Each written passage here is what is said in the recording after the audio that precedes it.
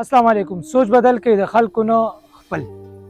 د دې کاکا په غېږ کې چې تاسو د 2 میاشتو د ماشوم وینئ، د ده پلار قتل شو او هغه هم په 14 مرلو پلاټ باندې قتل شو. زه حیران په دې باندې ما چې دا پښتانه په وړه وړه خبره باندې کوم مرګونه کوي او کومه دشمني پرېږدي، هغه دشمني بیا د دې 2 میاشتو ماشوم ته هم پاتې کېږي.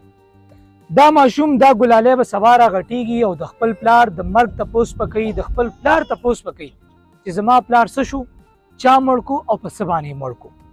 مونږ چې کله ډس کوو ټوپک تمانچه راخلو، نو مونږ دا سوچ نه کوو چې دغه قتل مونږ د یو انسان کوو که دا قتل مونږ د ټول خاندان کوو. آیا د دغه کس د قتل سره به ټول خاندان ټوله کورنۍ هغه به نیمګړې شي، په غم به ککړه شي، که دا مې صرف د یو انسان قتل وکړو؟ دا ماشومان دا ګلالي تاسو اینئ چې دغه مقتول دا دغه بچنګي دي. په دغه بچنګو کې د 2 میاشتو دا ګلالی دغه زوی دی، دا لوریانې تاسو کتلی شي، دا واړه واړه ګلالي چې کوم لا صحیح راټوکېدلي نه دي، په ښه بد باندې پوهېږم نو خو خپل پلار یې وبیلو. یعنې په دې کم عمرۍ کې هغوی د خپل پلار مینه ونه کتله. زه وایم د پښتنو د دې نه بله غټه بدقسمتي نشي کېدلی.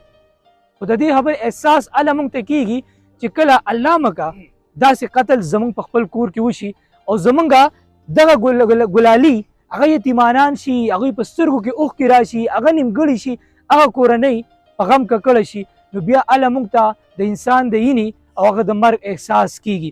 په 14 مرلې پلاټ باندې د هغې قتل کړی شوی دی. د دې مشرانو وینا ده چې پولیس د سایډه ورته انصاف نه میلاویږي. کوشش وکړئ دا ګلالي مه یتیمانان کوئ. دا ماشومان دې ته د مور او پلار مینه ورکوي.